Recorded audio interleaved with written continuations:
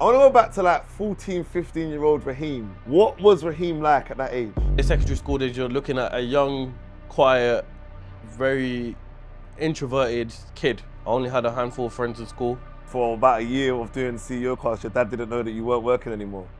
The thing I've always dreamt of as a kid, you know, Ferrari, Lambo, anything like that, your 60 grand salary maximum after 50 years is not going to buy that. You can't even barely get a mortgage with that. And we got branded t-shirts. So talk to us through how the bag started coming, bro. It'll probably beat that figure, maybe get to 400,000 views. It got to like 400,000 in the first week. I was like, oh my God, so where's this going to go from here? And then as we're speaking right now, 8 months later, it's in 4 million. So that was absolutely biggest unreal. on your channel. Biggest. This is mad. I was like, how have we come from filming with Trist in my house to now Andrew Tate? Like, that's the time when I reflected back and I was like, this is crazy. My face has been seen by 11 or 12 million people. I'm very grateful. When I came back from Umrah, I haven't been chasing money or anything like that. It's just been like, whatever comes. I'm gonna take it easy, man. Take a step back in life. Yo, my people, it's your boy Trist Taylor. I'm back with another episode of the Brand Therapy Show where we speak about businesses, brands, and experiences in a therapeutic conversation.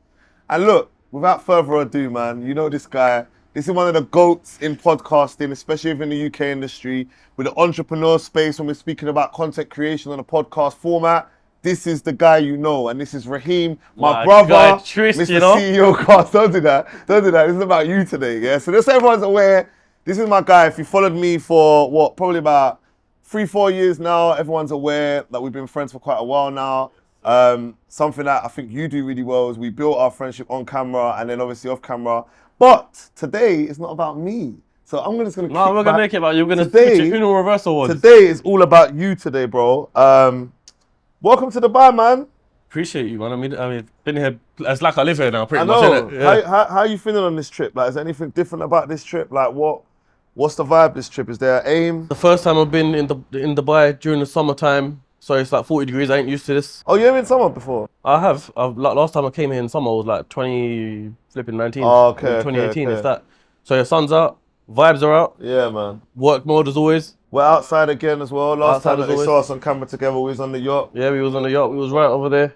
Yeah, no, JBL. It's amazing settings right now. Yeah. Alhamdulillah, it's amazing. Alhamdulillah, mate. Right? Alhamdulillah, good to be here. All right, cool, bro. Do you know the way I want to conduct this conversation is, yes, we're friends, but I also want to pretend. I mean, they'd be living under a rock if they didn't. That people don't know you. I want to pretend that I'm introducing you to my audience, and I want to go back to the very beginning. So this is not so much about CEOCAST yet. This is about you, Raheem. Yeah, I know. Obviously, I'll let you elaborate. But I know you're from East London. Very organic. What car are you guessing that was? I already know it's a Hurricane. See, look, this guy loves cars inside out. That's actually what made us even talk in the first place. Yeah, that's actually true, yeah. So going all the way back, Raheem, who is Raheem? Like I want to go back to like 14, 15-year-old Raheem. And you know what? I want to insert in the episode a throwback. I want an embarrassing childhood picture. What was Raheem like at that age? Raheem, 13, let's just say secondary school days, you're looking at a young, quiet, very introverted kid, essentially. I only had a handful of friends in school. Although I knew all the popular people and stuff, it's not like I was chilling with them all the time. Yeah. Very quiet, very laid back, just did my thing. I wasn't naughty. Yeah. Obviously, you get the standard thing like detentions from not doing your homework or not doing this or etc. But I was never in trouble, never excluded, never in the wrong crowds, never anything like that. Yeah. Alhamdulillah, I grew up with good morals, good principles from my parents, so that stuck me throughout the whole of school life and, you know, moving forward even to today. So What was growing up like where you're from? Where are you from? Just to be specific. what, originally like in London? Area-wise, East London.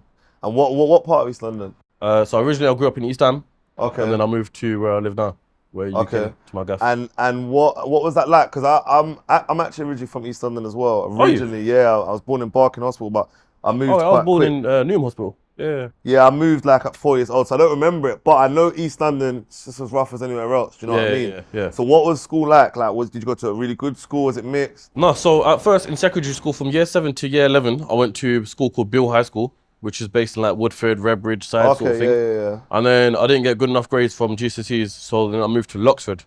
That was a bit more rough in terms of, you know, fights. And not just fights, it was more rough in the sense of different crowds, different mix of people, you know, everyone's how raw we're going to be on this podcast. Yeah, bro. Come on. Everyone's, you don't see. Yeah, we're going to cut the crap. You don't- Everyone's smoking drugs. Everyone's smoking cigarettes. Everyone's bonking lessons. Everyone's doing all sorts of madness, right? And I think that's where the change of life really happened for me. But you always, I guess, from what it sounds like, you always kept like on the straight and narrow in the sense of like, you wasn't easily influenced. No, I've never been easily influenced. Never, Good upbringing, really. Yeah, good upbringing.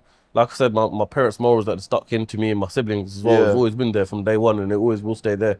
And I think that's what's got me, I think, to where I am now. Was there ever a want to be like cool or popular, or like was there a want for that, or was you very comfortable in your own? I was very comfortable in my own skin, bro. Like I said, I had my group of friends. I was cool with them. There was never like a need of like, oh, I need to be with this crowd of people, or I need to do this to keep up a certain image to entertain and please these other types of people. I never cared about none of that. Yeah. I was just like, as long as I crack on, do my own thing, do what I enjoy, do what I love, and keep the people around me happy and making sure that they're good with me and stuff, then that's cool. I'm happy with that, bro. What did you grow up loving? Like you said, do what you love. Like in school, what was? Cars. Always cars. It's always been cars. That's a proper Asian thing, innit? Let's talk about this because I always skip around it. Yeah, as you know, like a lot of my following are Asian. A lot of my following are Muslim. A lot of my friends are Asian. Like I don't know, I got that blessing that Mister's got where the Asian community is welcome. You got hella up-nos around you. Yeah. But there's some things that I find that are common trends within Asians, and one of them is usually quite financially literal, like they know a lot about finances growing up. Yeah. And the other is that they love cars. But why though? Like, I've never asked them why though. Where did that start, bro? My love for cars came from when I was maybe 4 years old. My mum bought me a remote control car. It was a Nissan Skyline. You seen Fast and Furious? Yeah. You know the blue one that the Paul Walker drives. Yeah. My mum got me that, and I started loving cars from there basically. And then, you know, you see Ferraris and all that sort of stuff. You love cars, and you think, right. I mean, I didn't see Ferraris growing up, but I didn't either. But you see them on like movies and internet and stuff like that. Like, no one in my family had any of that sort of stuff. Yeah. I think one of my uncles did, but I barely saw him, to be fair. He was like gold clear, you know, it's like, you know, the gold clear. The gold clear uncle. Yeah. What were people around you doing like business wise? Because I know, and we'll get onto it, I know business has always been something you've been really interested in. What did you grow up seeing? Like, what was your idea of success, should I say? Well, my idea of success was that whole, you know, having the cars, having the lifestyle, having the big house, having whatever you want essentially at your fingertips. Yeah. Right? To get it, I didn't know. And to be fair, I didn't even bother researching back in the day, like how these people have got it. Like, of course you'd see a Ferrari, but I wasn't as curious then as I am now. So now, like back then, if I see a Ferrari, it's like, all right, cool, I've seen a Ferrari, move on. Now, if I see a Ferrari, you know me, I'm like, how did my man get a Ferrari? Yeah. How did I chat to him? I saw Trist with an S63 in burnt orange. I was like, how did Trist get an S63 in burnt orange? Literally. But if that was me who saw your car in year 10, I'd just be like, oh, sick car, keep it stepping, walk on, get my packet of crisps from the corner shop with my boys and, you know, crack on with life, essentially. Yeah. So the curiosity, it wasn't always there. I wasn't always like mad into business or anything like that. It's something I picked up later along the line. Yeah. But what was the question again? No, it was just, it was you answered it. It was just more so like, what did you see growing up? So who was like the first person that you looked at and you're like, that's success and I want a bit of that? And when did that happen? When did that moment happen for you? Do you know what? I don't think it was until... So my mate Kasim, he owns a company called Shahada. Yeah, you always refer to him. Yeah, because he's like one of my best boys, we went to school for our whole lives together, right? Okay. Growing up with him, you didn't see too much, as in like, you didn't know like what cars he's got, anything like that. We never ever spoke about it. And to be fair, we don't even speak about it today, really. But it was only till when we were able to start driving, yeah? And he was pulling up to school, and he might kill me for saying this, he was pulling up to school at 17 years old in an R8. Is it? Yeah, man was pulling up to school in an R8. What was he on? Or can we? The car, they were doing self-driving chauffeuring, isn't started it early. Yeah. So whereas they had a fleet policy, obviously he was legally allowed to drive the R8 and stuff. So he pulled up to school in an R8, might be a Rolls Royce, might be a S-Class, and I was like, this is mad. Like, obviously I knew that it was family business stuff, but I was like, nah, this is my version of going clear. So I think it stemmed from that, really. And that's when you started kind of having more of an eye to how do I get there? Did you grow up with like, what was the discipline like in the sense of, was it education or was it business? Was it property? Like I know, again, these are things that are quite stereotypical for Asians, but I know that they're quite true for you as well. True say it. My family, not my immediate family, but extended family are involved in property and stuff. But even back then, I didn't know how much money that makes or anything like that. I didn't know what it was worth. I know that you buy property and you put it on rent. I don't know how much money was coming from rent. Yeah. I don't know that prices would go up in value for the property. I didn't know none of that stuff. I just knew that they had a portfolio of properties around London or around the UK. And I was just like, sick, not bad, but, cool. That's it, sort of thing. That weren't really what got your juices flowing realistically. No, for me it was always the cars. For me it was the stuff that I loved. Like property, I didn't really understand that much. I just knew, you live in a house, like that's it. But cars, it's a flex, drive fast, like it's a cool thing. So what was you like academically going forward now? Let's say you're going up to like sixth form. Did you stay on, or did you start working ASAP? So I got good grades at GCSE. The reason why I had to go to Oxford is because I missed out on a couple of subjects of grades for me to go into Bill sixth form. So then I had to go to Oxford. In there, I'd done applied science, BTEC level 3.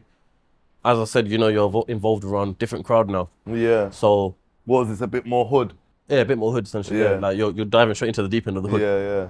And then you're involved in the wrong sort of things, and then my grades went down. Like what wrong sort of things was you involved in? No, I don't want to expose one's sins, okay. Like, yeah. If you grow up around that sort of stuff, then it's not like nothing major, extreme, but nothing extreme. It's not something to talk on. Yeah. But that messed my grades up heavily because I was heavily distracted. Was you money focused then as well? Is that where you're? Because you are quite money motivated. Like you don't talk about it a lot, but I know that of you, like you're money motivated. You're always trying to find ways to make money as a kid, isn't it? Even like going back to the Oxford thing, the thing that was going around back then this is when Amazon Returns first come out. Yeah. Everyone's trying to bang Amazon Return, bro. So everyone's involved. Yeah. I wasn't involved. Yeah. So yeah, there's that side of things, and then obviously, me and my mates, we started finding jobs. So I got a job as a lifeguard. You're a lifeguard? I was a lifeguard. Swear? Yeah, in Nuffield. Why? What made you do that? My mum made me do the qualification. She was like, "It's an easy way to get a job." I was like, "All right, cool, safe." So I done that, got the job. I was only there for about a year and a half, 2 years, I want to say. Yeah. Left that. I was in uni at the same time at this point now. And then so, once again, uni, I was never interested in uni. I think that by that point at uni, I decided that education wasn't my sort of forte. That's not something I really wanted to concentrate on. Yeah. And for me, it was just this fucking fly, innit? Yeah. So when you got to that point of not really thinking about education too tough, how did your parents feel about that? Because I remember you told us something on the in-house webinar. You said that for about a year of doing CEOCAST, your dad didn't know that you weren't working anymore. No, I've never still told him that red-handedly don't work anymore. Actually, no, he found out he found out on the last episode I've done with my twin, which we'll talk about later on in the podcast. Wait, what? This fly's on you, bro. I know, bro. I don't know what. Wait, your dad only found out on that episode? Yeah. He was like, son, because I was in Turkey at the time. He was like, son, we've got things to discuss when you're home. You know those cringy parts of the YouTube videos where they stop right in the middle and they start to sell you something? This is that part. If you're building a business or building a brand and you want to understand how to make that profitable or learn how to make money from sales, drop me a message. We can work together and I'll help you smash that goal. All right, cool. So obviously you went from there and then you got a job. You didn't go the further education route. I went to uni for. Oh, you went uni? Oh, you dropped out? Yeah, I dropped out twice. Oh, really? Yeah. So I went to uni. Same, twice as well. Yeah, twice as well, mind you. I went to uni, done accounting and finance. That was just to please my parents, essentially. And I hated it, absolutely hated it. In the first 6 months, I dropped out because I didn't do any courses, studying, anything like that. But I didn't drop out like signing. I just stopped going. Yeah. Eventually, sent a letter home saying, you're not in uni anymore. My parents open my letters all the time, even to today. Same. Yeah, it's one of the reasons I want to move out, because can't deal with that anymore. But they opened my letter, realised obviously, hold on, you're not in uni? What? Been withdrawn? What? Is it? Got bollocking there and then. Yeah. So go back. I was like, alright, cool. And then I went back and then I dropped same thing basically. Yeah. At the same time, I was in car from my house, so I was actually in retail jobs full time pretty much. That's where you got your little sales lingo that you like to drop in every now and then. Yeah. So then after that, because what I think is interesting about your story, bro, is most people that are like, have got to the position you're in, it's usually like, I've always been into content and I had a camera since I was 13. But you was literally like, that was nothing, you wasn't heading in that direction. No. I'm pretty sure, I don't know if I said this on the email or DM that I first sent you, but I wanted to start a business, because I realized that this working for someone else's life ain't working for me. Yeah. I've always left jobs, been fired or something like that, but even when I've been fired, I've never cared because I was like, I'm not for this anyway, sort of thing. Yeah. So when it came to me working in BT, which was now like an actual further career that I'm meant to be there when I'm 50 years old or 60 years old till I die, that scared the hell out of me. BT, yeah, till you Yeah. die. Imagine that. No disrespect. Not disrespect anyone, but Yeah. for me, it was like the thing I've always dreamt of as a kid, you know, Ferrari, Lambo, anything like that. Your 60 grand salary maximum after 50 years is not going to buy that. Yeah. You can't even barely get a mortgage with that. Yeah. So where the hell am I going to get a Lambo from? And I was like, no, I can't do this anymore, man. Yeah. So I made the thought of like, I need to start a business. I need to figure out what this business is. I had no idea what to do. Because the thing was, you know, back in the day, people would say, you know, to start a business, you got to think of something different. Obviously, that's pretty much impossible now. So people now say you got to reinvent the wheel. So I was like, all right, cool. What do? Let me chat to business owners. Let me phone up my guy Trist. You got Rap City Customs. I want to wrap it, obviously, to do with cars. I want to slow you down here Go on. because I think there's so much value in what we're on, in how we met, how you went about it, how you scaled your brand, because that was the start of your scale, basically. That was outreach. Literally, it was like an outreach process. So your first step, which I want to highlight, is you started CEOCAST because you wanted to understand for yourself how business works. Yeah. Which I think is a big gem, because so many people just jump in the deep end, but you understood the value of, let me go talk to other people doing it. Yeah. So that was the first thing. Obviously, I wasn't the first, so you had a few people before me. But let's go through the process of us meeting. So like, what had happened for you? So for me, I knew who he was because my boy, when he had his self-drive company, he got his G-Wagon wrapped from Rap City Customs. Obviously, you know, because I told him to go Rap City Customs. Oh, did you, yeah? Part of the plan. Oh, my God, I didn't know that part. Yeah. Sick. So I told him to go Rap City Customs, got his G-Wagon wrapped. You weren't there, unfortunately, but I think your business partner was. But then, yeah, I was just like, yo, let me just message him and whatnot. And then, coincidentally, I was driving. I remember you were at a Shisha and something like that in Edgware Road or something. Yeah. And just so happens, you were on live. And I was driving. I was on live while I was driving? No, you wasn't driving. You were chilling, having a shisha. Oh, okay. I was driving. The phone was there, of course, on the side. On live, just looking at you live. And I saw my car drive past you. I was like, what? Oh, okay. So I drove past and I was like, yo, I just drove past you. But then my thing was like, now you've got to see my name on your live, so hopefully you see it in the DMs and you recognize it. Yeah. So then obviously by that time I had sent you a message saying, yo, Trist, I want to have you on my podcast. I want to learn more about, you know, yourself as well as the rapping industry. I want to learn about your journey, where you've been through, what you've been doing. And that was because you had it was potentially an option for you to get into that industry. Yeah. Because like I said, I love cars. And I thought, you know what, let me try something with car customization. Yeah. I like the idea of wrapping cars, changing the color to do whatever you want. From the outside, I'm pretty sure you could say this as well, from the outside, it seems like an easy business sort of thing. You know, all you're doing is putting vinyl on a car. True, But I'm sure when you're Which deep it in, isn't, by the way. that's what I'm saying. Yeah. That's what I'm saying. When you're inside the business, you're thinking, raw, this is mad. Yeah. But from the outside, it seems so cool and so sick. Yeah, it does, you're right. I suppose it's from people online and social media who make it seem like it's so sick. When you meet all these clients, you know, you had, you know, for example, Stormzy, Crept, Colin, all these people as your clients. Obviously, they're your boys, but they're your clients at the end of the day. So it's like, yo, how can I meet people like this? Let me wrap their cars, sort of thing. So I think it just seemed like a very cool idea. Yeah, of like same. this would be a way to get in. So I thought, let me try car customization, but then just kept doing. So then you dropped me the message, and I think straight away, like, I was responsive. I don't even think I had many followers up to them times anyway. Not to say I have loads now, but I don't think maybe I might have been on 5K or something. Yeah, I think it was about 5K. Yeah. And then but for me, you were a big hitter. And to be honest, I was privileged as well. Like, I don't even know if I ever said this, but for me, it was like, what? Like, I was like, you want me on a podcast? That's sick. Like, and also I was in a big marketing rollout for Rap City. I think we had just opened. Your new branch, yeah. We had just gone to the new branch, so it made sense. I remember thinking it made sense. And then, I think you had shouted me before lockdown. Yeah. But why did we take so long to get it going? We didn't. We done it in lockdown, no? No, that was the second one we done on Zoom in lockdown. No, remember, we we filmed in like January, February 2020. Yeah. I think I shouted you in January 2020 and something like that. The episode went live, I'm pretty sure, in February. Yeah, we cracked straight on. So we literally done it just before lockdown. And I think and I know we've said this before, but for anyone who's watching this and isn't aware, a lot of the things that stood out to me as to why I thought, you'd be a good contact long term is the effort. You put so much effort into your thing. Like, I want you to talk about that. Like, talk about the setup. So when I came to yours, obviously it was in your house. Yeah. But it wasn't just like in your house. It was like we went in your house, then we came out your house, and then we went into another house at the back of the house. So talk them through that.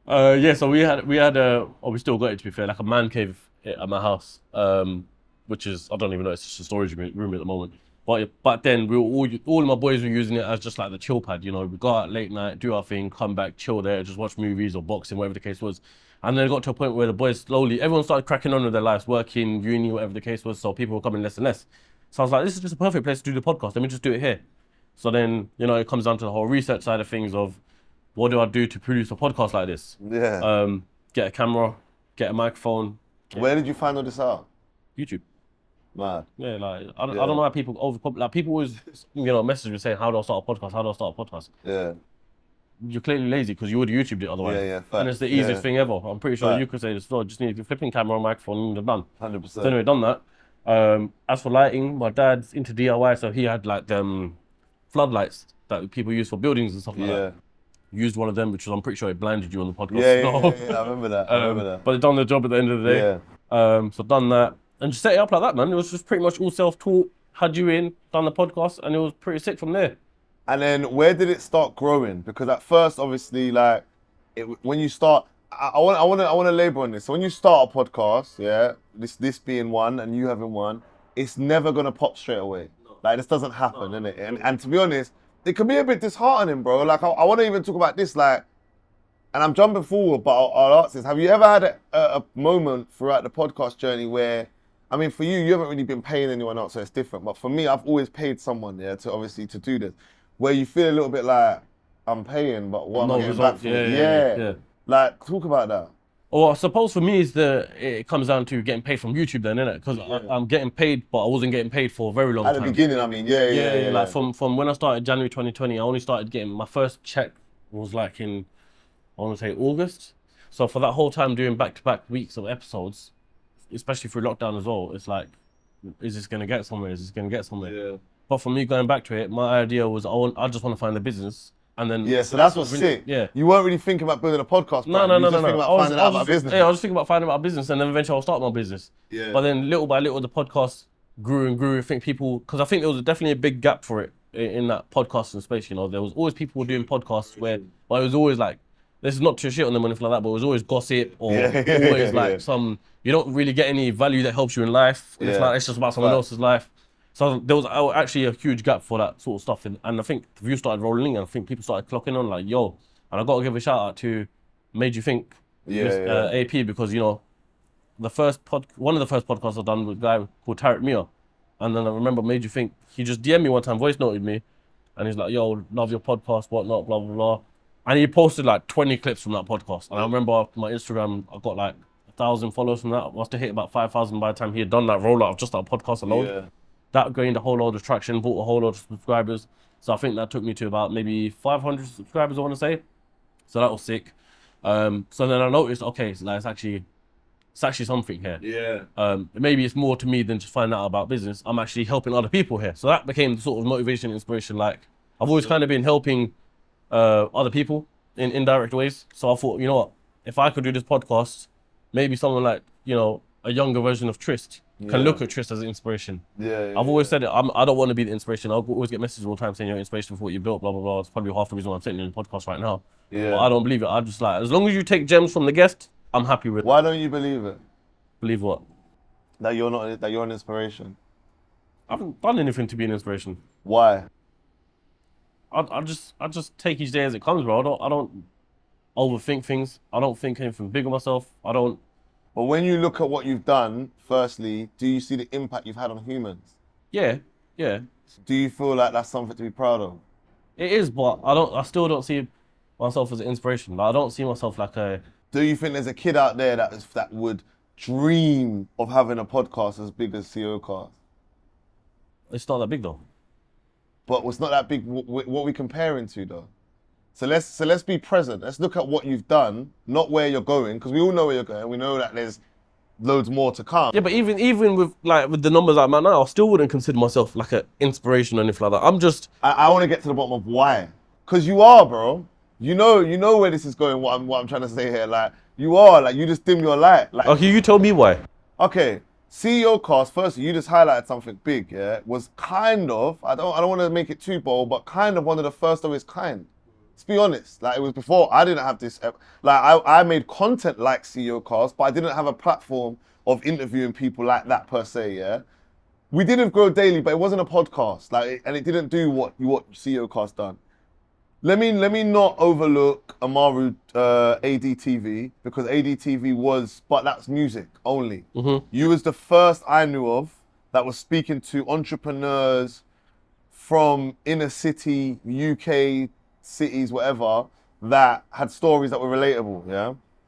So that straight away is an achievement in itself, because the first, just trailblazing. Then on top of that, you helped to platform people that were never platformed. Like, you started giving flout. Like, now it's like, it's a flex to go on CEOCAST. Like, I can put that in everything I go on to do. I can put it on my website. I can put it everywhere. Because I know as soon as a cold audience comes on and sees I've been on CEOCAST, I'm credible. Yeah. Do you get what I mean? And that's because of your brand.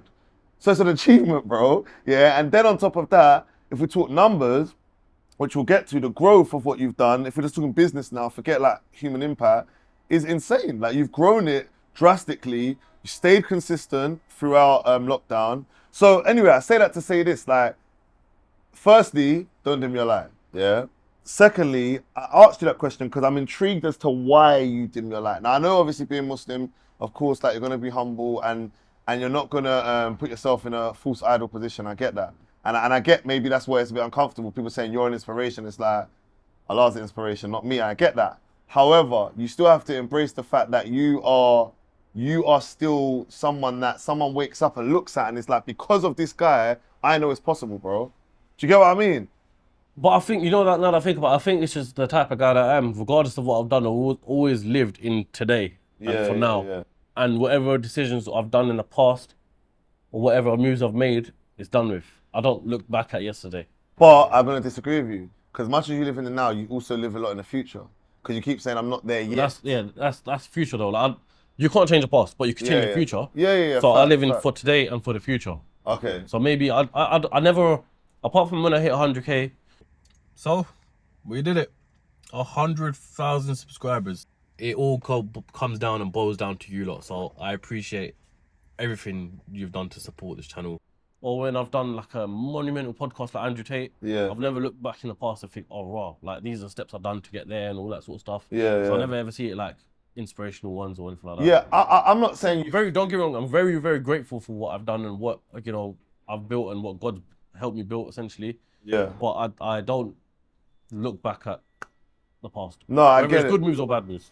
I get it. I feel like for me, I'm you know me, man. I'm always gonna give you the flowers because I feel like I saw you build this from scratch, and I want to carry on with that journey. So after we done our pod, we then started working together. Remember, and you kind of helped me to. Well, you did. You helped me to start off my first episode. Yeah, you remember when you come out the building of my house and you were like, you just helped me start my podcast. You've inspired me. Yeah. I remember. I was thinking, and you know me, man. I just did it straight away, and then I think I filmed myself with one camera and an iPhone. Yeah. Sent you the footage. With, like you and Alfie. Yeah, me and Alfie, and then you edited the first few. Yeah. Then we even worked on your branding for you. Want to do Arcade Media. Yeah. So I want to go through those steps. So like, okay, you've done a few episodes now. What was the first episode where you're like, this is a proper brand? Like, this is something that people are going to be expecting on, waiting on. Do you know what I mean? Like they're looking forward to the next episode. I think I got a sense of it when I released your podcast because you were trying to just flatter me. No, I'm not just trying to flatter you just because you're here in front of me. But like, you were big at the time. You had good following. I'm still big, bro. I'm joking. I'm saying like back then and stuff, yeah. And that I think that done maybe 1,000 views, something like that. Yeah. Which is obviously massive. Which was a milestone. Yeah. Milestone. So I was like, wow, this is like. And the feedback as well, the comments and stuff, is hitting people heavy. Yeah. And then the same one that Made You Think posted with Tarek Muir, that one done numbers. So I was like, yeah, this is actually, I think that's when I realized, oh, this is actually a brand now. This is sick. How did you get to the point of doing an episode every week? Because that is very challenging for any content creator. So my idea when I first started, I was like, all right, cool, I need to backlog some episodes. So I thought, let me try and film 5 before I start releasing. So I filmed the majority of the podcasts in like December and January and then started releasing them towards the end of January, I think it was. And then it's still hard today, man, to try and find guests. You know, especially now that I've done over 110 episodes, it's harder and harder to find new guests, and you got to find things that people actually want to resonate with. Because the other thing is as well, you might have someone who messages me and has got like a massive social media following, known for X, Y, Z, whatever, but no one actually rocks with them. No one actually resonates with them. So for me, it's like, have you had that happen? Yeah. Yeah. People asking to come on yours. Have you had anyone, obviously we don't have to say names, but have you had people that are big and got like a following that you've had to say no to? Yeah. What's the reason you said no? Because I'll look at their profile, I'll look at like other stuff on social media of them, like YouTube videos, whatever, and I'll know who resonates with the CEOcast audience and who doesn't. Got you, yeah. So they might be very, very big, and it could be a good podcast, but I don't think it will do as well as it would, and it wouldn't impact my audience in the way that it should do because they're not that. I think that my audience all like the from nothing to something sort of thing, Yeah. or like the local entrepreneurs, or like your urban entrepreneurs. Comeback stories. Do you know what I'm saying? Not the ones not too corporate. Yeah. And that's the thing there. That's interesting you say that because I did at the beginning. I feel like that's where I felt you was going actually. At the beginning, I feel like corporate route. Yeah, I feel like you did a few episodes maybe that was a bit like that, and that's why I thought it was going. Yeah, but I've maybe. noticed that you flowed with it. What's the most important aspect to you with your episodes? Like, what's a non-negotiable to you? In what sense? Like in regards to the content itself, or the type of person, or something that you see as. Is it the views that it gets? Is it the impact? Is it the conversation? Like, what's the most important? Conversation. That like if we break that down, conversation. So I've got to research a guest. I've got to find out the right questions for the guest. I've got to extract the correct information from the guest, and mainly keep the audience in the back of the mind and think, what would they want to know? What would they want to ask? So I'll cut the crap with my guests basically, and I'll say, look, this is what I'm gonna ask. If you don't like it, we can edit it out after. Sometimes it happens, sometimes it doesn't. But those are the main fundamental things. When I do a podcast, it's like I've got to take these things away to make sure that the people are happy with it. How was that process, you becoming a better speaker? Because I remember I said that to you when we done it. Like, do you know what I mean? Like, I've seen you become a way better speaker. But the reason why I love your story and I want people to relate to this is you didn't come from obviously you've done sales at Carphone Warehouse, but you didn't come from a speaking back. No. Carphone Warehouse definitely helped boost because obviously you have to go to random customers and, you know, if you want a good salary, it's commission based. Yeah, so you of have to course. go and push for that sale and get yourself out there. Yeah. And like I said, naturally I'm an introvert. Even today, like it's hard for me sometimes, but I think over time when you meet more and more people, you have to get more involved in conversations. Yeah. Obviously doing the podcast helps a lot as well. And so it just grew over time gradually. It's not like I woke up one day and I was like, you know what, I need to start talking to everyone. Then it changed my whole life around. It was something that gradually came up and it was like, I'm getting more talkative now. I know how to have a conversation more. I know how to spiral the right conversations or that sort of stuff really. I feel like you're someone that I can always go on a limb and say knows how to get in the right room, yeah? So like for people who don't, because this is like it's kind of becoming a bit of a buzzword as well, the value of getting in the right room, which is good. What are some things you would say is important to do that? Like for someone to be able to sit at a table with Andrew Tate, get a phone call from a Tam Khan or whatever it may be, because you've built relationships with pretty much everyone really, right? Yeah. What's been the process of that? Provide value and be genuine. Provide value for you to know them, for them to allow you to give the time of day. But then when you're with them, just be genuine, be authentic. People can see straight through, through crap, essentially. And if people get that vibe from you, they're not going to call you again. But I think generally with everyone I've had on the podcast, or not just on the podcast, but people I meet in life in general, I think they see that I'm just a genuine guy, and I'll just be normal with them. Like, if I like you, I like you. If I don't, then you'll probably get that vibe from me. So I think it's just being authentic with people, and then they'll be like, oh, you know what, he's a cool guy. Let's Do you know why you're hard? Because you have built your network off your podcast. Yeah. Now all your friends are people that you have podcasts with. Yeah. That's hard. Yeah, like that's why I'm saying these are things that that's because remember a lot of people do podcasts and they're not necessarily building relationships like that. Like a lot of people do podcasts and then do the podcast and that's it. We don't speak again. That's it. Like I built a very a good connection with like Wiley after doing my episode with him. Like I've built with everyone, but when I did that Wiley episode, I left there feeling like it made me really appreciate podcasting. Because there's an art to it. Like there's an art to the conversations we have. There's an art to how you ask the questions, how comfortable you make people feel. I think it should get to a point where the guest and myself should get to a point where we forget that the cameras and mics are even here. 100%. And we're just talking as brothers, like, yo, Trist, like, what are you saying? How's your day going? 100%. Like that, you know what I mean? Yeah.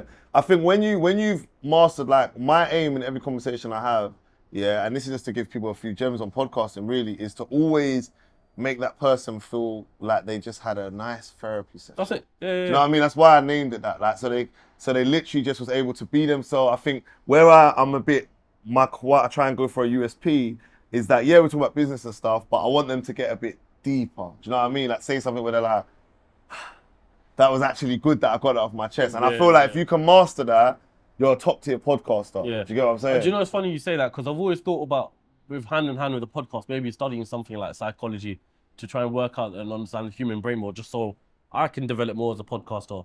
I think it will improve your language much better and be able to break down people a lot better as well. This might sound mad, but I want to be able to make people cry on the podcast. Oh no, that's my aim, bro. That I haven't got there yet. Like I can't lie. I will give this honourable shout out. Steven does it really well. Like I watch the trailers and it's like Gary V's crying. Like, what? How did you get to that? So that I think when you can get someone to there, it says a lot about your conversational skills. Yeah. And a lot of that can be picked up within sales and understanding what people are holding back on. Do you know what I mean? Yeah. So all right, cool. So the podcast started growing from there. It started picking up traction, and at this time you're still working. So I was working up until May 2020. Okay, so yeah, you still work at this point. So I had just about enough savings to, plus we were locked down as well because I wasn't even spending. Yeah. So I was just about enough savings to just get by. I didn't even spend anything. I think no one spent anything. No, Just focused on the podcast. Just anyway. focused on the podcast, and then obviously to make some income on the side because podcaster still wasn't paying at the time, and even when it was like £100 a month. Do you know what I mean? It's not anything to boast about. So I thought, you know what? I've got camera equipment here. I've just spent £700 on a brand new camera. What do I do with it? You know what? People need videos. Yeah. People need some content for their personal brands or their professional pages. Let me just make some content. Yeah. So I've done, off the back of YouTube, doing heavy research, done a couple of like wedding videos. Someone I know, Hamza Shiraz, he's a boxer. He needed like professional boxing videos at the time. Professional, and that's it. But that definitely helped like bring some income in. Because you know, you'd be with a camera, £700 camera, and be making like, I don't know, 300 quid from a video shoot. Yeah, that's what I'm saying, man. You videographers are making money, man. Yeah, videographers. Arms and legs and stuff, man. You know, but especially now, the day and age we live in, though, because I remember when I started the podcast, we weren't so much in a content bubble. Very true. Yeah? That's very true. Yeah. And videographers back then were kind of cheap. Yeah. Yeah. But now, yeah, oh my God, flipping hell. Oh yeah, it's mad now. Man, them are charging £20 per TikTok. I don't know if it's. Yeah, but see, you say that. I kind of feel like, what was it before? I feel like that's kind of normal though. You mean for the edits? Yeah, for the edits, yeah, and stuff. Kind of normal, no? But edits, even videography, like back then, I remember when I had to get a video shot, it was like a podcast. Yeah. £50 for the hour. Yeah, no, you're right. Now No, it's prices have tripled to, definitely like, gone up. £150. Yeah, and it's because of the demand, though, isn't it? And it's the saturation. And then now we're in a TikTok age where everyone, you know, is on the short form content. Yeah. So it went from maybe making £5 for an Instagram post to now £20 for TikTok clip. Yeah. And you want 10 TikTok clips from this podcast. You just spent £200. Plus, how much? Let's just say you're paying your video for £300. It's expensive, man. Yeah.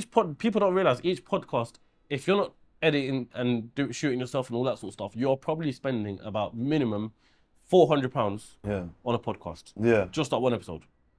And the thing is, to touch on that, if you're not editing, I mean, it's great that you can, but sometimes it's not feasible to. Like, I know the basics of editing. I could study it, I could teach myself, but it's just not feasible because I've got too much other things that are a bit more money generating for me to do. If you've got that, then obviously that's the priority. So then that's when you bring in a videographer or editor to do all that sort of stuff. So then you have income coming in. But then you got to realize, all right, the podcast isn't getting money.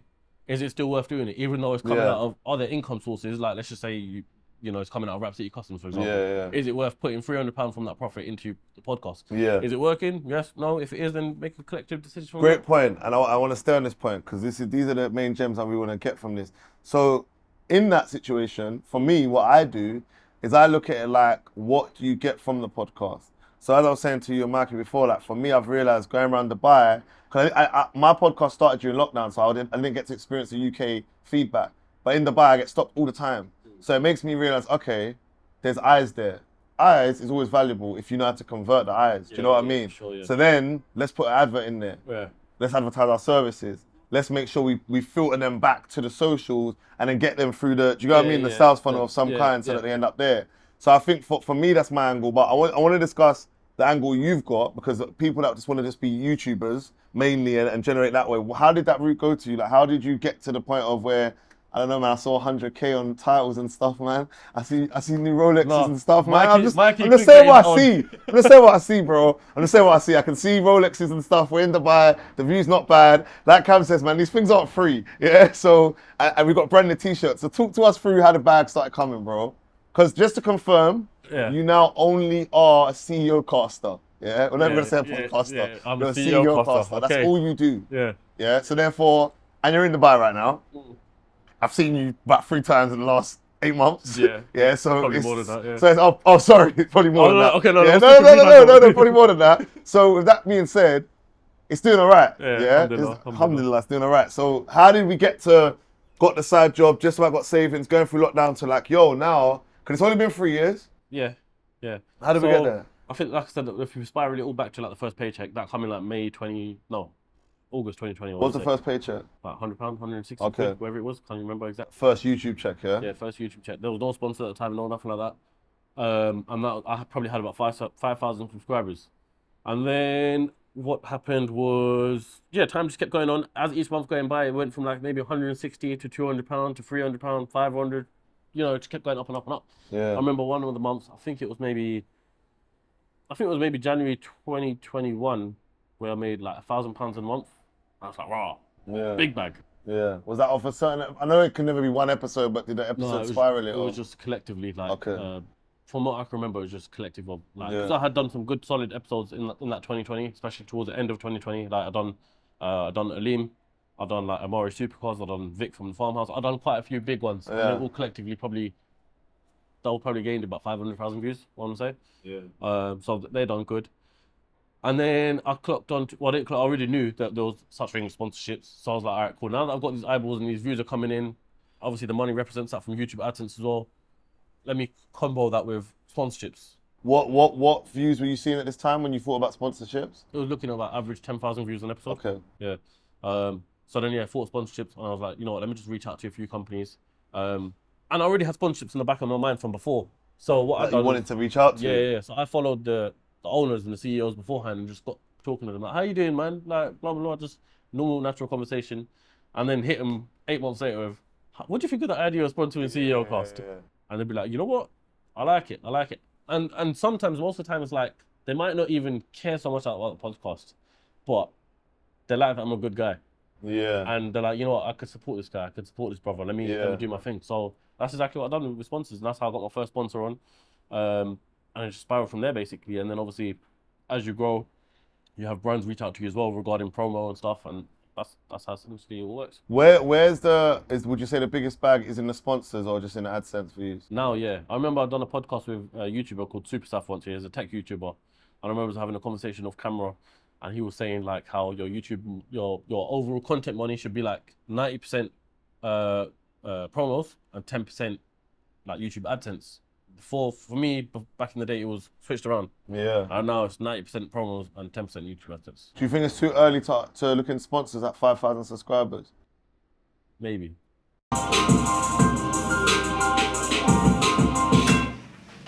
Furthermore, are you even subscribed to my channel?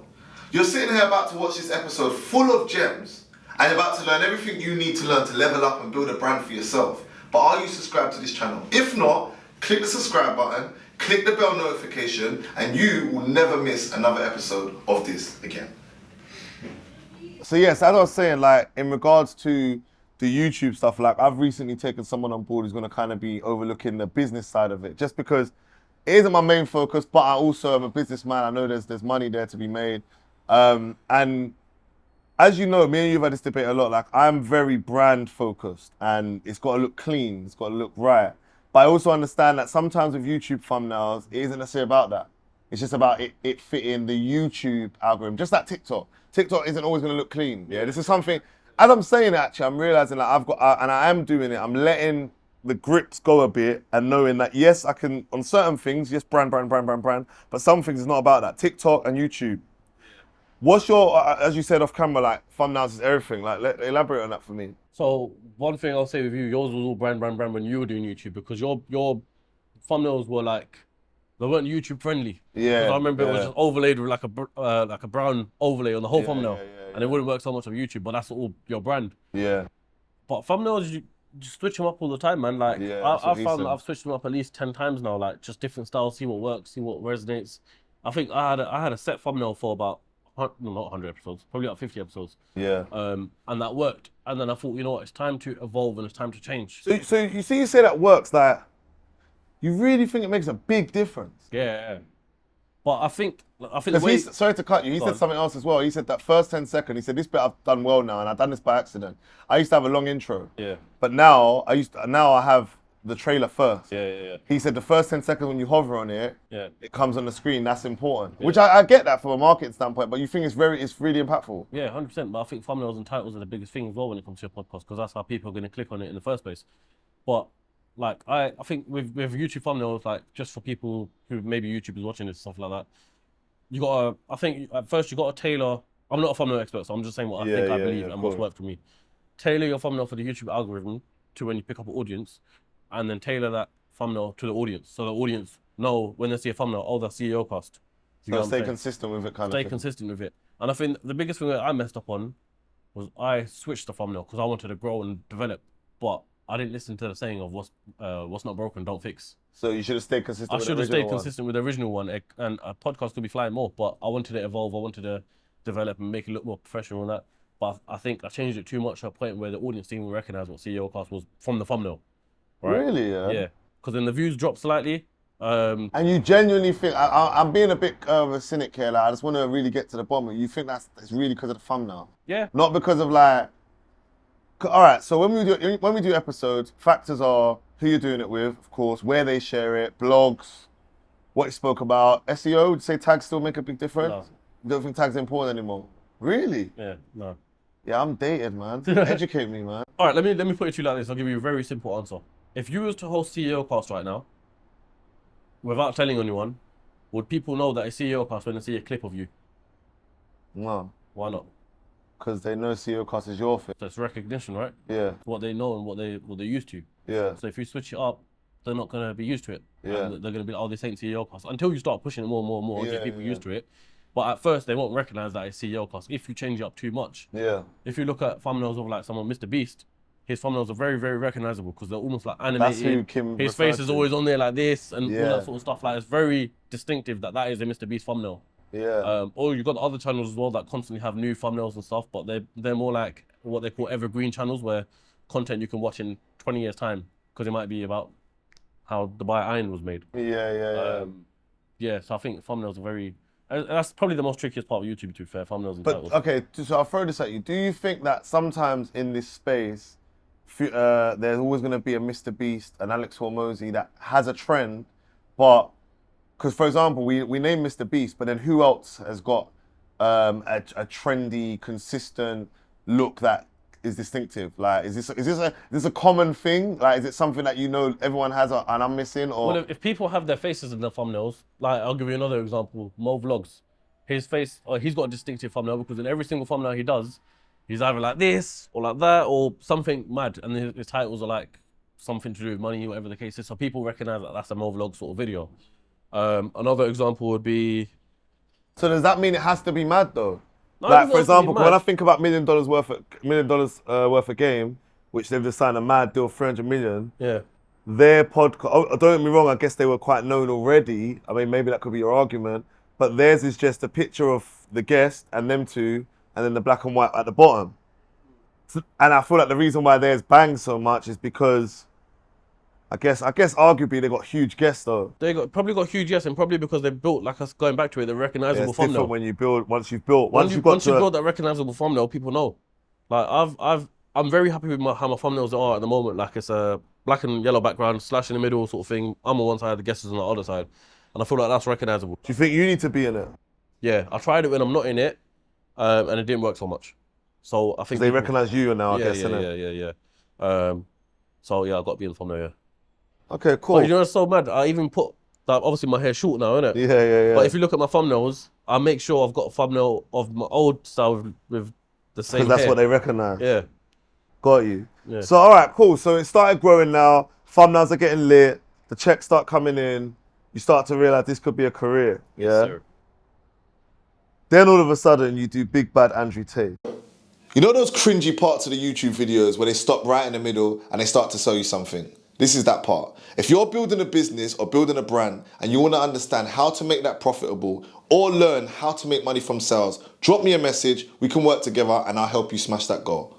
Sort of coming from off the back of that, there was highlights that were to come. I think one of the first big milestones highlights for you was obviously the Lord of Lean, which was sick as well as someone who was watching that because we saw the process of that happening. Like you showed us like, yo, just got this message, I think, and then yo, I'm going to Birmingham, and yo, like, do you know what I mean? And that's obviously the day that we filmed. The day that you found the news. The day we released it, the day I released it is the day I came to your gaff to film. You was feeling yourself. I was in overly gassed moment. Because on the way to your house is about an hour and a half. Yeah. So that podcast done 10,000 views in that time. I was like, oh my God. And I was just like overly gassed. Like, Trist, let's do this podcast. Gassed right now. I'm the man, blah, blah, blah, blah, blah. And then when I look back at it, when after all that settled, I was like, yo, Trist, I'm sorry, but we can't release this, man. That's not me. Because we've got an episode, by the way. Maybe I may throw bits. Yeah, throw some bits into this, as we just spoke about that into this one. Almost, this is my guy. But secondly, I am currently a massive fan of this guy's journey, a massive fan of his brand, his show, his whole vision of where it's going. So after the Lord Aleem, I'm going to skip past a few things. I'm just going to go to just the big bad top G himself, Andrew Tate. And ironically enough, I found out about Andrew Tate through your episode. Like I didn't know. I know he was big already. Yeah. But I didn't know. I think a lot of people must have said that to you, that they found out about him through yours. Yeah. What was that like? Like, what was that moment like? How did you get it? Like, that was absolutely surreal, bro. Like the whole process of that happening was mad. And I'll tell you how that happened. Obviously I'd known Andrew Tate, and I was just like, this guy's gonna blow. At the time he had like 150,000, 200,000 Instagram followers, yeah. I was like, this guy's gonna blow. Like from the stuff he says and everything he's doing, I was like, yeah, sick. So his email was in his bio at the time. So I was like, you know what? I'm not gonna lose anything if he doesn't reply. He doesn't reply. So I emailed him, and he replied within like 3 hours. I emailed him at 3 in the morning when I couldn't sleep, and I was just excited, like you know when you wait for a girl to text back or something like that. I was just excited, waiting for it. So I stayed awake. He replied back to the email at 6 in the morning, saying, yeah, G, send your stats and all that sort of stuff. So I sent him the Lean podcast, sent him Chronos one, and I sent him the channel overall. So those are like the big figures, innit? So obviously you want to show Andrew Tate the big figures. Yeah. And he was like, yeah, G, let's do it. WhatsApp me. I was like, sick. I was like, cool. When are you gonna be in the UK? He goes, oh, I'm not sure, maybe for another couple of months, yeah. I don't really come to the UK often. I was like, scrap that. I'm coming to Romania. I'm coming to your house and we're going to film this. He goes, yeah, come next week. I was like, all right, sick. And then I was like, oh my God, this is Andrew Tate. And obviously we didn't film in his house, so what happened was, I saw him one day on Instagram on the M40, being chauffeured. And I was like, that's the M40. That's UK. He's in Oxford right now. He's in the UK. And I WhatsApped him. I was like, "Yo, you in the UK? If so, you don't play about that. No. You're on, man. You're on, man. Bro, I analysed everything. I saw the blue sign on the motorway. It said like exit to Oxfordshire or Hertfordshire, whatever it was. And I was like, "Yo, the UK." So I messaged him. And I was like, "Yo, let's film right now in the UK if you're on it." He goes, "Cool. I'll leave in 2 days. Can we film tomorrow?" In my head, I was like, I don't know what the hell we're gonna do tomorrow, but I said to him, "Yeah, let's do it." Yeah. So I had like 4 hours, 5 hours to prepare for that whole thing. Get a location, get a trim, make sure. I had a camera guy for that podcast as well. Had lighting guys, so I had the whole production. That's the only podcast where I balled out on in terms of actual like spending like maybe £1,000 on getting a podcast up and running. Because I wanted to make sure everything was all in check. And that podcast just like I didn't anticipate that it was gonna do that well. Because obviously, judging from previous podcasts I'd done, the max I had views at the time was like 300,000 views on the Lean podcast. Yeah. So I was like, all right, cool. It'll probably beat that figure, maybe get to 400,000 views. It got to like 400,000 in the first week. I was like, oh my God, so where's this gonna go from here? And then as we're speaking right now, 8 months later, it's in 4 million. So that was absolutely biggest unreal. On your channel. Biggest. And if I had known that, bro, trust me, I would have charged the sponsors a lot more. Yeah. With sponsors, can you change on per episode? My ones, it depends, innit? It depends if you've set them out for like a block of 10, then you can't really change that. But mine, at the time, they were like, depending on who's the guest. So I said Andrew Tate, and I was charging the same rate as I would for someone else. Can't say names. Yeah, I won't say names. But like, and then I was like, these man hit the fattest lick ever because they've got so much ROI. 4 million. Yeah, 4 million. And they're still getting ROI to today. And I probably. I can't lie, man. I wish that was a niche advert. That's what to I'm be saying, honest. bro. That's what I'm saying. Like, it would have been mad for you. Like, yeah, I can't lie. You like £5 bills, and I was like, yes, £500. No, that's mad. So when that happened, did you just feel like you was done? Because I've had mad moments in my life where I'm like, I'm done. Like, do you know what? Done, innit? Okay, so after that podcast had been filmed, we smoked a cigar together, we just chat for a bit. After that podcast was done, I sat back and I was like, this is mad. I was like, how have we come from filming with Trist in my house to now Andrew Tate. Yeah, that's mental. That's the time when I reflected back and I was like, this is crazy. Yeah. And then, alhamdulillah, that day was a Friday. So me and the boys, we went straight to the mosque, prayed Jummah, and literally just thanking Allah, like yo, this is surreal, unreal. Do you realize? Because sometimes I realize this, like when I'm like I said, the bars really hit me when people say, oh yeah, I watched your so and so. I'm just very social media focused, but I realize YouTube is insane because it's the world, isn't it? It's like our new TV. Yeah. Do you realize how many people have seen you? Yeah, I know, it's crazy, man. Like, not even necessarily follow you though, just have seen you, like fans of all these other people. When you look at it, I think my channel views overall maybe 11 or 12 million. Do you think my face has been seen by 11 or 12 million people? Mad, isn't it? Mad. I've been to different countries before, and like, man will be like, yo, I've seen you. No way. I'll get some Arab here and be like, Habibi, I've seen you, CEOCAST. I'll be like, yeah, that's me. mental. Go wherever, and man's just like, yeah, I've seen your podcast and stuff like that. And for that transition to have happened in 3 years, mental. So you mentioned, which pivots on quite well, going to Jummah, and it's only right we touch on faith. I know that for you, especially knowing you for the last 3-4 years, obviously you've always been on Deen, but it's last year I felt like a big shift.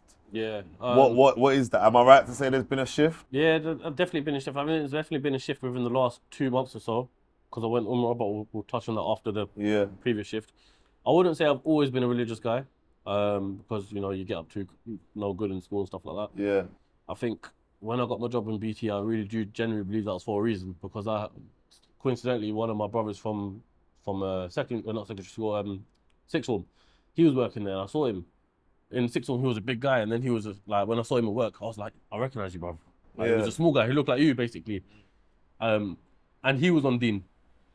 And then this might sound bad, but I started praying to get away from the desk, because I was like, it's time away. Yeah. But then obviously I'd go out for a little vape break and all that sort of stuff, fully take the piss.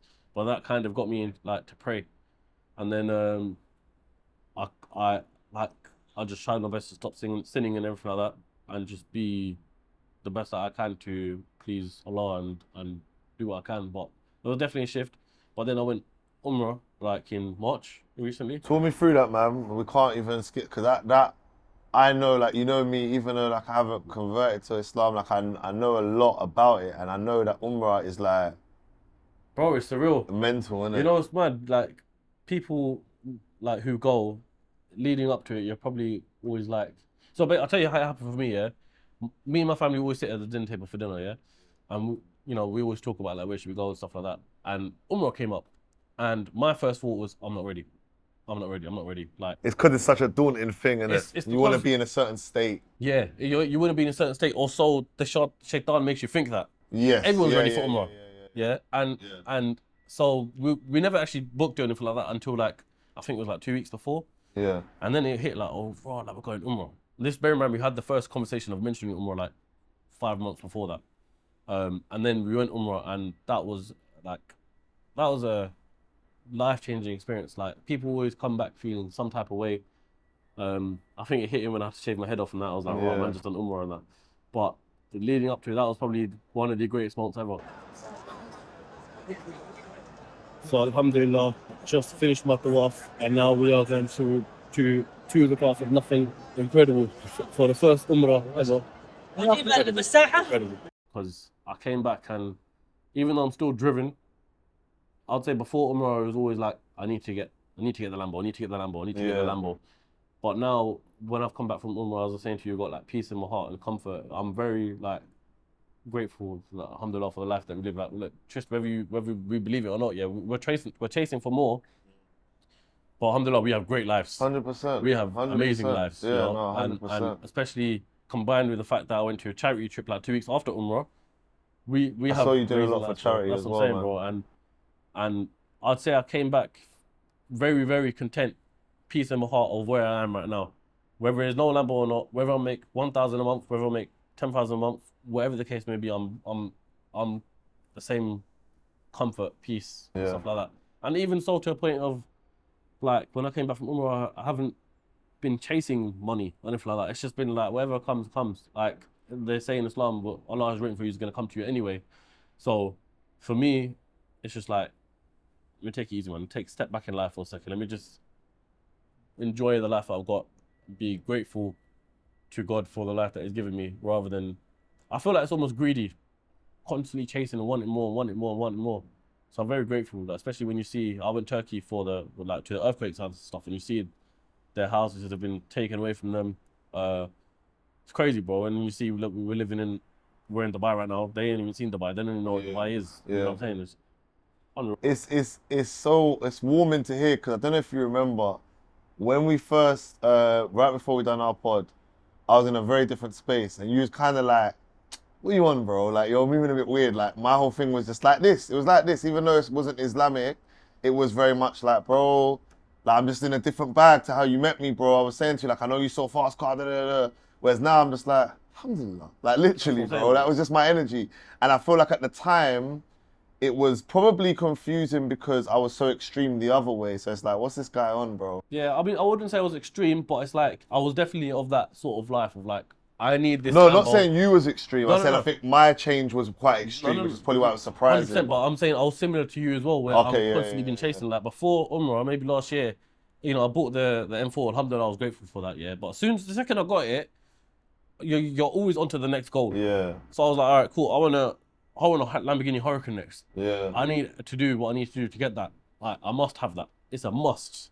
And now it's like, I don't care. Yeah, like, yeah. Alhamdulillah, God's giving me them 4, bro. Yeah. Do you know what I'm saying? Like, 100%. It's cool. It's all good. No, it's nice to hear you say it, man. So it's a good, like, I don't know, man. I think everyone needs to find that peace in the heart. 100%. When you're taking your Shahada. Don't do that to me on camera, man. So, don't do that to me on camera, man. I have to address that now, because otherwise it's going to seem mad. So, for those who don't know, Raheem always does this whenever we're on camera. They should know by now. Like, obviously, yeah. No, look, generally, the only reason why I ask is because me and Trist have had, like, conversations involving Islam and stuff as well. A lot. And obviously, living in an Islamic country that you have been for the past 3 years, you're surrounded by it, bro. We just heard, we've got a mosque right there, and the Azan went off. You've heard that for the past 3 years. Eventually, it will hit your heart. It's hit my heart. I think it hit my heart the first time I got here. Like, I'm not going to go too into depths of, like, my ideas of religion, not Islam, just religion. But it's just, it's in my heart, man. Like, it's in my heart. Like, the principles, even hearing you say what you just said, like, the principles, the understanding, the beliefs, the way of living, like, the way we are as people, like, it is definitely in my heart. I'm moving here, like, you know me as well, you can vouch for me, for a lot of people can't. Like, I was like this before I even moved here. Remember, I did Ramadan in the UK, like, I had done it last few years here as well, so Allah knows best, man. Do you know what I mean? Allah knows best. But I think, you know, the most content people and peaceful people I've come across are people who have Islam in their heart. Yeah. Because they know it's all up to God at the end of the day. Yeah. 100%. It's more than and enough. I think this goes back to the reason why I take each day as it comes. Because I can't change the past, which is why I was saying to you, I have no regrets. Yeah. Can't change the past, can't do anything about it. I could try and change the future, but who says I'm going to be around tomorrow? Facts. So live for today in the moment, take each minute as it comes, do what you can, stay good, stay on the straight path. Yeah. And then when your time comes, Just hope that, you know, when that time comes, that you've done enough in this world for, like I said, for me to impact enough people around and be like, yo, like, you done good. What is your all-time goal? Would you say it's that, to impact people? Yeah. Like, what's the fulfillment? Where do you think that fulfillment's come for you now? Like, would you just put it down to Islam? Like, you saying you're content in your heart, Islam? Yeah. Discipline. I'd say I definitely want to spread the message of Islam more. You know, the Prophet, peace be upon him, he was a inspiration, bro. Like, fact. He was, in the time when he was a prophet, look at where Islam is now, bro. That was 1400 years ago. Yeah. Like, so for me, it's like, do what I can to spread Islam, wherever it's, you know, tell you stuff. Yeah. My brother Mikey, he's taking his Shahada. I've done my best to guide him. Yeah. And just help anyone I can. That's why I said, like, even when I was here, I said, I'm gonna post every single day on my stories that I'm gonna go for Fajr at the mosque down there. Not to say, oh look, I'm going Fajr, I'm being a good Muslim, but it's more of like, for people to see it who aren't going to the mosque, to like maybe try it, pump them a bit, like a bit more motivation, like, you know, like, you can do it, sort of thing. Like, no, I love that, man. I love that. I love it. I love that growth in you. You touched on. I wanna end on a bit more of a celebratory note. You touched on the fact that there's been highlights in your life and that's when you've kind of rewarded yourself, yeah? Even though I know there's definitely an attachment now to the things, but you've rewarded yourself. We were speaking about that a bit off camera as well. Like, talk us through that, because the M4 is a big thing for you, I know that. Yeah, that was a big goal for you. And then the 100K was a massive goal for you. When you hit those goals, how did you feel? Well, Andrew Tate won. That M4 was off Tate, obviously. That was. Wait a sec. We're not just gonna just throw out that the M4 was because of Andrew Tate. Why was the M4 because of Andrew Tate? Because we've done good bread, bro. How much is good bread off of Andrew Tate? Not the M4, innit? A man said we've done the M4. What's the M4? Because I'm not auto trader, bro. What's an M4, bro? Whatever the value of an M4 is right now. Bro, we can check. Live on camera, bro. Dirhams, bro. No, we can check. Shit, bro. How much is an M4 right now, bro? Huh? How much is an M4? What plate, sorry? What I will say is that Sorry to bother you. What plate? 16 plate. 16 plate. Look, we don't need to worry about the figures, but alhamdulillah, it done good, innit? Well, on here it says approximately 66,000, 75,000 if we're talking about convertible. Dirhams or pounds? No, we're actually in dollars. We're in dollars. Oh no, but that's probably a new shape though, innit? I didn't spend. No, it wasn't that much. How much did Andrew Tate do, bro? Let's cut the crap. The M4. How much did Andrew Tate do? The M4 cost. How much did we make off the Andrew Tate? I'm giving you the answer, bro. Okay, go on. The M4 cost me. M4 cost me 29 grand. Okay, but you're Asian. You never blew your bollocks on it. You never took all your winnings and put them on a car. The M4 cost me 29 grand. Okay, so and then what else did we get alongside the M4? An exhaust for the M4. All right, so in total, for those who are up and coming, aspiring YouTubers, from the Andrew Tate episode, we made circa 40K, 50K, 60K. The M4 cost me 29 grand. Okay.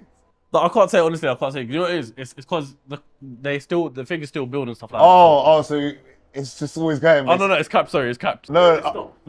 So basically, you can't say a figure just to confirm for the camera. You can't say a figure because I saw titles on Mikey's, so don't try to come on mine. Mikey's a clickbait king, bro. Yeah, that's fine. So just to confirm, this bit is the intro. Remember you done this to me on the yacht. No, this bit is the intro. Yeah, you said, "Can you please say for me? I regret coming to the bar." Yeah, so if you could just please say, "I made £60,000 from Andrew Tate."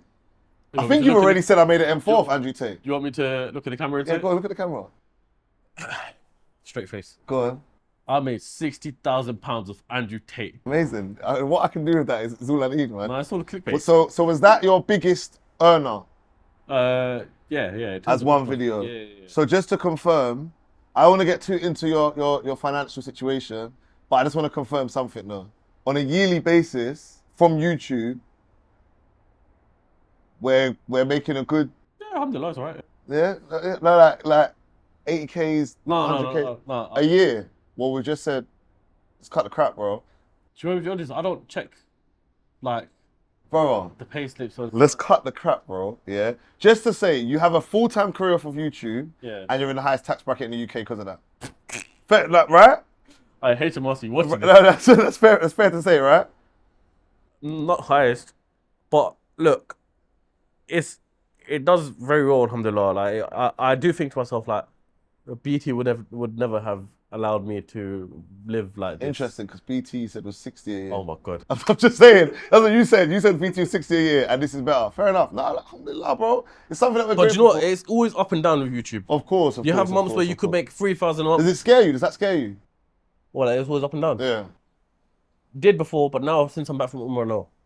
Because I'm like, it is what it is. I love that. Yeah. But I'll give you an example. My biggest month at the time, before Andrew Tate, was in 2021. In December, I made £6,000 off YouTube. So was it a big jump? It wasn't really gradual. It was just bam, bam. It was gradual, but there was 1 month where it like actually turned. Yeah.